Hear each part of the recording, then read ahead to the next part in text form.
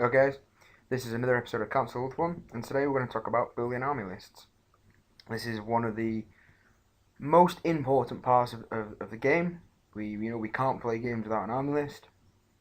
Um, so there's a lot of thought that goes into army lists, and I'm sure all of us will spend copious amounts of time, theory hammering lists, writing lists on Army Builder, on Battle Scribe, and rewriting them, tweaking them, and rewriting them, and tweaking them, and so on and so forth.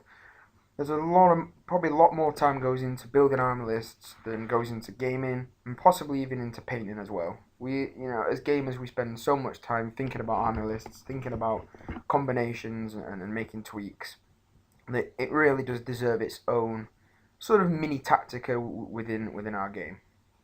So, I like to call different types of army lists the archetypes, and the term archetype is basically just a summary term of like categories. And within army lists, there are several different archetypes of lists that you can build. And I've tried to cover as many as I can think of. There's probably more, and there's probably ones that are fairly hybrid. But these following are the archetypes that I can think of off the top of my head. So we've got lists that are designed to be very shooting based, combat based lists, lists that focus on magic. We have points denial army lists. We've got the standard, all comers army list, and we have speciality army lists. Now each one of these is can be dramatically different from the others, and each one of these lists requires a quite dramatically different approach into making these archetype lists successful. So we're going to quickly look at each one of these. What the list usually entails, what it's good at, what it struggles against, and the things to consider to make the list archetype work. So, shooting. The shooting archetype is usually an army list that is designed to have no engagement with your opponent. If you're building a true gunline shooting list, usually the minute combat starts, you've lost the game. Things like Wood Elf army lists, that might change in the new book, but if you look at things like the Wood Elf army list with their units of Glade Guards sliding around the back of the board edge, just pew-pewing away, you get anything to combat those archers, you've normally won the game, because you picked up all their points, all their shooting, the phase of the game where they dominate, you've now taken that away from them and you've usually won. So shooting lists usually don't want any engagement whatsoever with their opponent. That's just the way shooting lists work. They want to plink away from afar and get the points that way. So because of that, the shooting list, they're great at clearing up small units. Little bits of chaff, whether it's fast cav, warhounds, like eagles, all your bits of chaff that are cheap but unarmored, toughness 3, fragile. Shooting lists will just clear them up really easily, and that's the strength of a shooting list.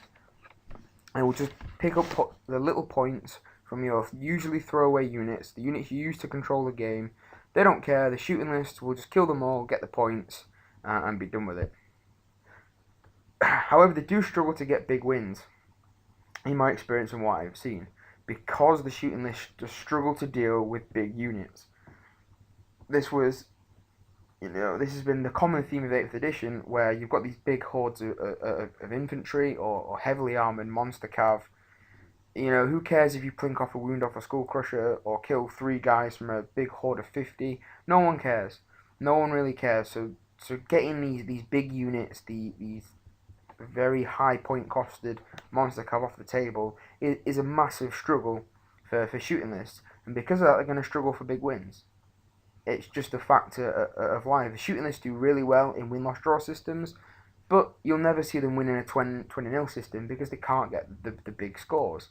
They can pick up all the chaff, they can keep their points and the units alive quite easily by double fleeing, by basically non-engaging, picking up the small points, but they're not going to get the big wins. And you need to know that going into running a shooting army.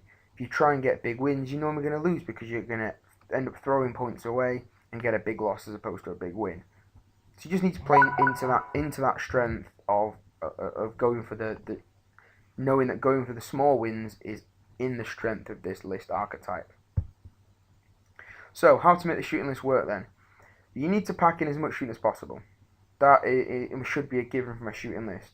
If you can take shooting core, then do it. If you can take shooting special that's good and worth its points, then do it. Same for rare. Look at the high elves as a good example. You've got archers as core, and then in rare you've got bolt throwers and you've got sisters of Avalon, all of which are very good options. The archers not so much, but they're fairly cheap and they feel core. The bolt throwers and sisters for the points are fantastic. So you can build a very good shooting list. With the high elves, you can build a good shooting list with orcs and goblins, with all their war machines, with very, very cheap night goblin archers. It's just about, you need to get, if you're going down this road as a list archetype build, you need to put as much shooting in as possible. But it has to be effective shooting, and it has to be cost-effective shooting. So the biggest thing for a shooting list is target priority, and this is something you have to be very, very careful with. 2 reasons. 1, you need to obviously go for the small points and get the things that are going to get to you quickest. That should be your target priority. The fast moving units, doesn't matter how how combat your unit may be. Maybe they've got, I don't know, a single razor gore running around. That's quite a tough thing to kill for a shooting list. For like 10 archers will just get rolled by a razor gore. But if they've got like harpies running at you, you need to take out the harpies first, because they're faster and they're going to get to you first. And this is target priority. And the second part of target priority is know what you can and can't kill. As we mentioned before, with the struggling with big units, there is no point shooting your gun line into a massive horde of guys and killing 4 or 5 of them, when you could be, shooting at the toughness 3 chaff and picking up those points and just killing complete units. Remember that this is a game about getting victory points, and if you're killing 5, 6 guys from a horde, you get no points for that. But if you kill 5 or 6 fast cav from a 5-man unit, wipe out the unit, you've got points there. So it's knowing what you can and can't kill with your shooting. If you only got strength 3 bows, don't bother shooting at skull crushers. Shoot at all the warhounds. Shoot at the warriors. They drop pretty easy to shoot, and they've only got a 4-up save. So just know, have your target priority very set out and very well thought out. Target priorities required with a shooting list. And to make the list really work, is you need an abundance of chaff and speed bumps. Again, this comes with the no engagement of the opponent, is you need to stop them getting to you. Fast cav work well in this role. Things like single eagles for the elven races, harpies. If it's cheap and fast, get it as a redirector, because you don't want the big combat units being able to just march right up to the midway line of the board and then charge you in turn 2, turn 3, and you don't get the delayed time to really get your shooting to work, to whittle down the enemy units, to kill the chaff, to kill the fast moving units. You need to buy yourself time with a shooting list. Target priority and time are the 2 things that really ring out as being important for the shooting list. So this is the shooting archetype in a nutshell. I think I've covered everything that I can think of for the shooting list. It's pretty much, it's summed up there. So we're going to move on to the combat army lists. Now the combat, as you might expect, is quite the opposite from the shooting. Combat lists normally want to engage as quickly as possible with the opponent. It's just simple facts. If you've built your list as combat, the only way you're going to get points, usually, is in combat. If you're not in combat, you're probably losing the game. Look at warriors as an example. And unless you're running the death magic demon prince, or maybe a hell cannon that you don't see very often anyway, you're not getting points outside of combat. All the army is built towards beating people in combat, completely decimating units, running them down, and getting big points. That's the way the combat lists work. So you want to engage as quickly as you possibly can with your opponent.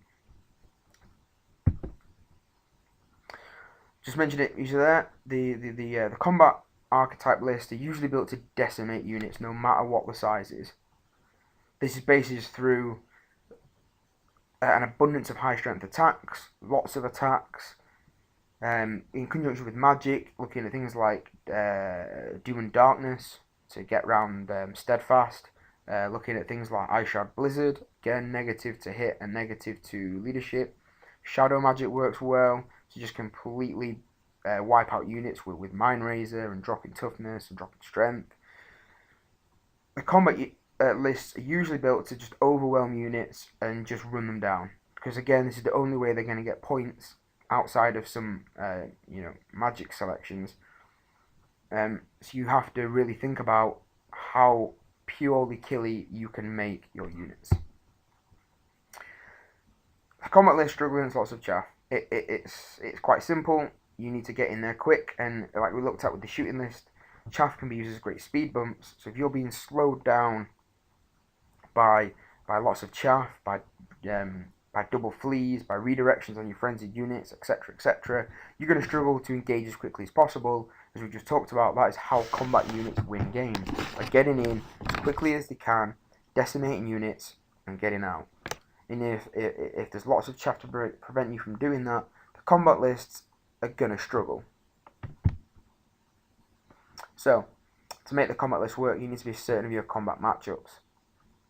This is something that's quite widely known. If you're a good player, you'll know good matchups versus bad matchups. Things like sending your big unit of knights into executioners, or Bestigo, or White Lions, or Graveguard with great weapons. That's a very poor decision, because they've got high strength, they've got killing blow, got lots of attacks, and you're just going to get wiped out. However, sending your Night Boss into the Strength 3 Spearmen or the Swordsman, where they're in bus formations, there's not many attacks, that's a good target, because you can really grind against that unit, be safe from shooting, and get magic casters into place, whatever it may be. That's a good place to be if you've got good armor, because they're not going to get through. And it's this knowing what the good matchups are, what's going to make a combat army work, because you need to know where to send your tools. There's no point in sending your combat units into combats they can't win, because they're not going to get any points. And this is probably the single most important thing for a combat list to know, is to know where to send your combat units to get the points. Fairly simple. Usually rely on quite a lot of magic support for the combat list, as we mentioned a little bit ago. Things like Doom and Darkness onto the enemy unit to break them. Things like Wissen's Wild Form, Shadow Magic, Light Magic. Anything that's going to help you in combat to do more damage, or take less damage, or break the enemy easier.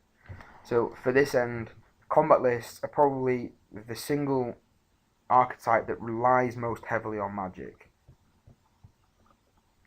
just because of the lack of other tools available, purely based on combat. When you get to combat, you need to be sure that you're winning combats and breaking the opponent and running them down. And it's as simple as that. This list also relies on a lot of chaff, like we looked at with the shooting list. It requires a lot of chaff, but for a different reason altogether. The combat units usually take chaff to counter other chaff. So in this regard, the chaff in a combat-based list is probably going to be slightly better in combat than your regular chaff. So again, looking at high elves as an example, good chaff for a combat-based high elf list is things like little units of swordmasters. 5 swordmasters, very cheap, but that's 10 strength 5 attacks. Very good combat output from such a small, cheap unit. Great against other chaff, very, very cheap, so if it loses, it doesn't really have a great effect on the game, and it fulfills this chaff role, but also the combat output as well. So again, it's relying on chaff, but for a different reason for the shooting list. So this is the combat archetype, in my opinion, what I can think of. Again, it's summed up there. Feel free to pause it and have a read, but I'm going to move on. So, the magic archetype. Now, the magic archetype is one that we see less than the other two, simply because many lists can't do it very, very well. So, the magic archetype relies on as little engagement as possible. They can engage, Some magic based lists are very, very happy to engage, depending on what magic they're running. Maybe it's shadow magic, maybe it's life magic. You know, if you've got a flesh to stone up, you might not care about getting into combat. So it doesn't mind getting engaged with the opponent, but it probably wants to do it as little as it possibly can. And the magic archetype is effective against all units. Big or small, it doesn't really matter. If you take the appropriate selection of spells, you know, you've got little magic missiles to take out small units, and then you've got your big bomb spells that can deal with big units. The magic lists or magic based lists don't really have a preference, but that can depend on what magic you're running. But as a rule of thumb, it can take out small units and big units just the same. As we all know, there's a plethora of spells out there available to use. However, it does rely heavily on uncontrollable factors, and this is the winds of magic. If you need a big magic phase to really get your list rocking, to get the banishment flying out there, to get the dwellers, and then you roll like double ones or something else equally low for magic, you can't get your magic rolling. Unlike the shooting and combat lists where you've always got X number of shots and X number of attacks, you know, there's nothing really that can affect that other than magic, but there's not many magic spells that can alter those things. With magic, it is very random as to what you can get done, you know, in and out of each particular magic phase. So, if possible, you need to have a consistent way of increasing your power dice. There's still a couple of lists that can do this very, very well. Mainly the Beastmen, Herdstone Spam, very cheap and effective way, well, not particularly cheap, but a very effective way at guaranteeing you have a very strong magic phase, because you normally can get yourself 3 or 4 free dice on top of all the channeling attempts that you get. The other list that does it very well is Tomb Kings, with the Casket, and Arc on the Black, and things like that nature, and in the Necrolith Colossus, all things that just increase the amount of power dice you have and increase your casting potential consistently. As getting off magic relies on having power dice. If you have a consistent way of increasing the number of power dice you have, you're going to be more effective using a magic based list. Excuse me. So, magic lists are going to have very good matchups and very bad matchups. And this all depends on the flavour of magic that you bring to the table. If your focus is getting, dwellers off, if your list, the sole win condition of your list is to dwellers your opponent into oblivion, and then they rock up with a list full of strength 5,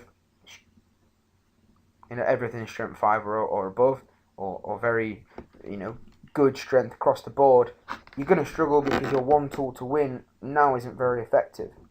However, if you rock up against an Elven Death Star with a Lariel and a bunch of tough strength 3 characters and a big unit of White Lions or Phoenix Guard, you're going to do very well because you have a much greater chance of killing out those characters and doing some serious damage to the unit. So the magic lists have very good matchups, very bad matchups, and there's very rarely an in-between. Lists of this nature will quite often find their games ending early. They'll probably very rarely go the distance up to the wire, simply because of matchups. Again, if we look at another example quickly, like a Light Council goes up against like a Demon Prince. Either turn 1, you banish off the Demon Prince and you win the game, or turn 1, you don't banish off the Demon Prince and then he kills your entire army, gets into your Light Council, kills your wizards, and then you're done. Or you rely heavily on your magic caster and he gets a miscast and kills himself on turn 1, you're going to struggle, probably going to lose. And it's this massive variability that really hampers the magic-based list from being successful. So, points denial lists. Probably my least favourite type of list to play with and against, but hey, it is a list build type, so we have to discuss it. Again, it focuses on as little engagement as possible. Because it's trying to hold on to points, it doesn't want to get itself into situations where it's going to lose and lose points, particularly lose big points. And this is what we usually see in the vein of the Death Star mold, where you have one huge unit with a bunch of characters in there, with stackable special rules, with stackable magic items that basically make the unit unkillable, or will require so much effort by your opponent to get the points out of it that it's just not worth doing. And this is how we usually find the points denial lists in action, is through this medium of a big unkillable Death Star with very little else on the board, or whatever else is on the board is worth very little points. Its one weakness is good opponents.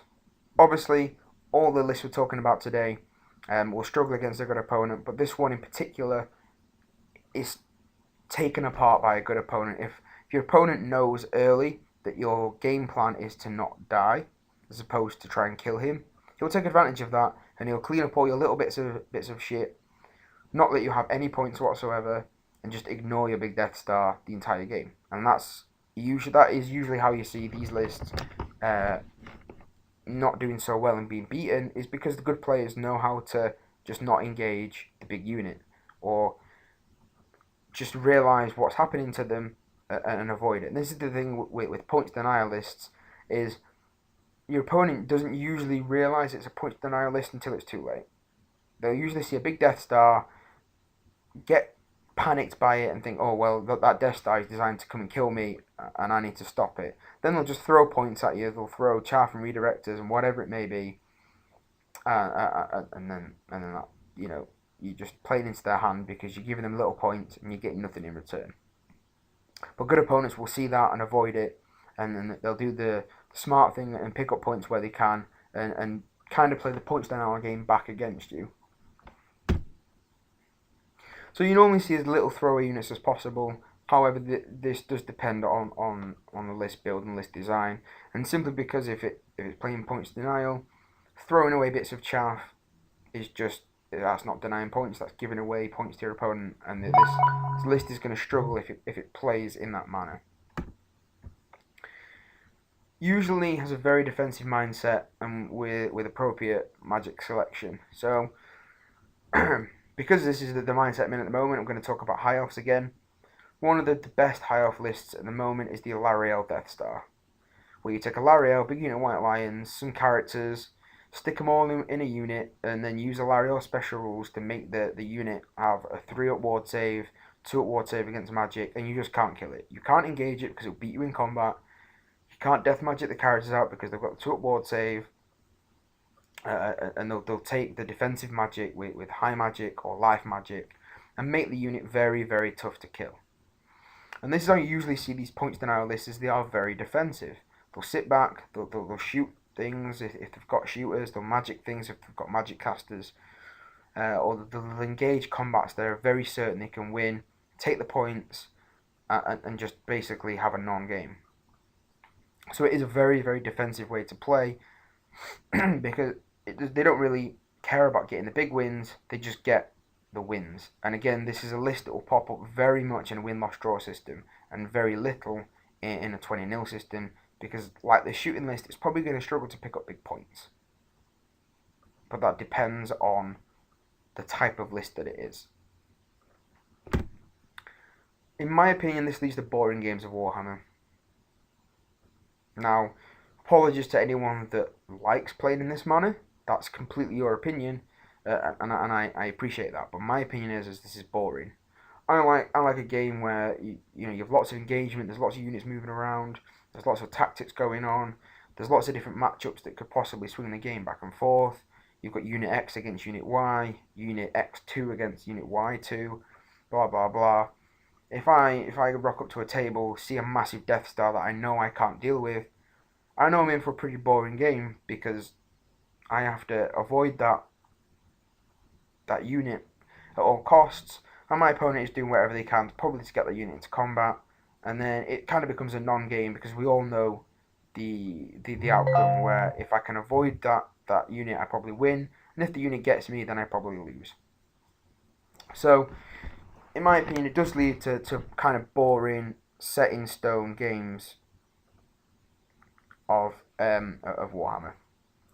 But again, that's all based on opinion. So the all comers list.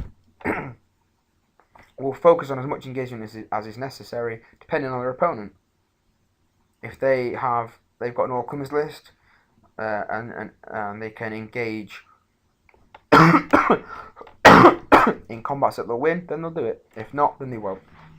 It's all about what's necessary.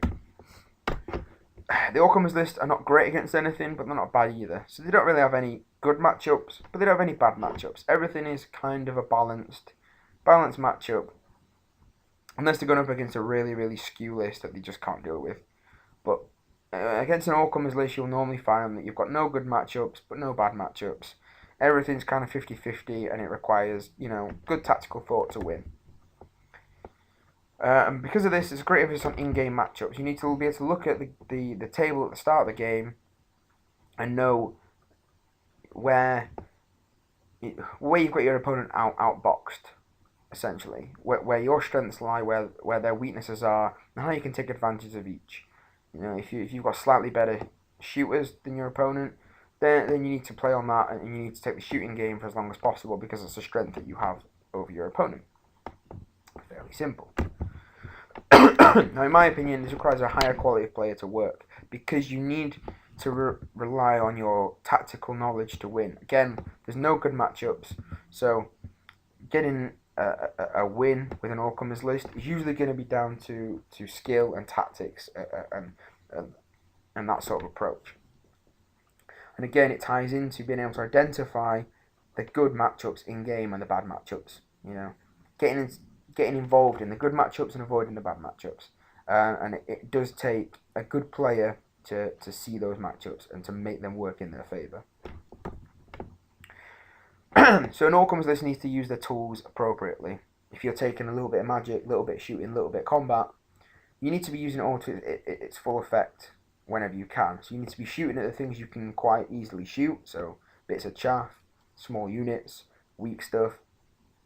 You need to be using your magic to affect the important aspects of the game, so whether that is further compounding your strengths or compensating for your weaknesses. You need to use your magic very, very effectively and cleverly, and if you don't, you're going to struggle. You also need to identify strengths and weaknesses, and what this means is you need to look at the aspects of the game where you're better than your opponent and where your opponent is better than you, and then influence the game to the effect that the strengths and the weaknesses are going to be tipped in your favour. You're going to compensate for your own weaknesses and apply your own strengths. The speciality lists. So the engagement is entirely dependent on the list. You may have a list that is like a monster mash list, where you want to just get in and smash people up as quickly as possible. Or you may have a list that's completely sort of skirmish based, and then you probably don't want to engage with your opponent. It's completely dependent on the type of list that you've built. Specialists will have great matchups and terrible ones. That's pretty much a given. It will depend on what you're against and what you're using. If you've got a monster mash list against a cannon heavy opponent, it's going to be a terrible matchup for you. It does have the unknown factor. A lot of people will see a list like this and just think, I have no idea how to beat this list, and you'll get an advantage because of that. You need to be absolutely clear of your win condition. This is an absolute given. If you have a speciality list that has no clear overall strategy, you need to be absolutely certain of how you're going to win each game. If you don't know this, you're going to struggle. If you know that you're running Monster Mash and you can quite easily kill heavily armoured units, you need to get into those units and kill them and get the points. Be very clear of that from the get-go. And you also need to accept that some games will be unwinnable and others will be auto-win. That's pretty much a given. Some games, some opponents will just have no answer for what you've got, and in some games you'll have no answer for what your opponent's got. That is the vein of the speciality list. This is a quite quick archetype, but it really is just so dependent. There's not much to talk about. It's summed up there, so again, feel free to have a pause and a read. So to quickly sum up, you need to know what your strategy is going to be. whether you want to win by shooting, by combat, by magic, or whatever it may be. Just be straight away and be clear which one you're going to use to win, and build your list appropriately. And apply appropriate tactics within game. That ties into this next one, so don't try and play a list in a way that wasn't designed. Be clear, be decisive, apply appropriate tactics. There's no point trying to use a shooting list and then win through combat, because you're going to lose, because your list isn't built to win in combat. Simple as that. Build your list to fulfill a strategy, apply your tactics to and act out that strategy, and you'll do fine. You'll do well. If you have a clear plan from the get-go and play out the list in that way to fulfill that plan, then you'll be fine. You'll do very, very well. It's all about being clear and decisive about what you want to do and how you're going to win the game.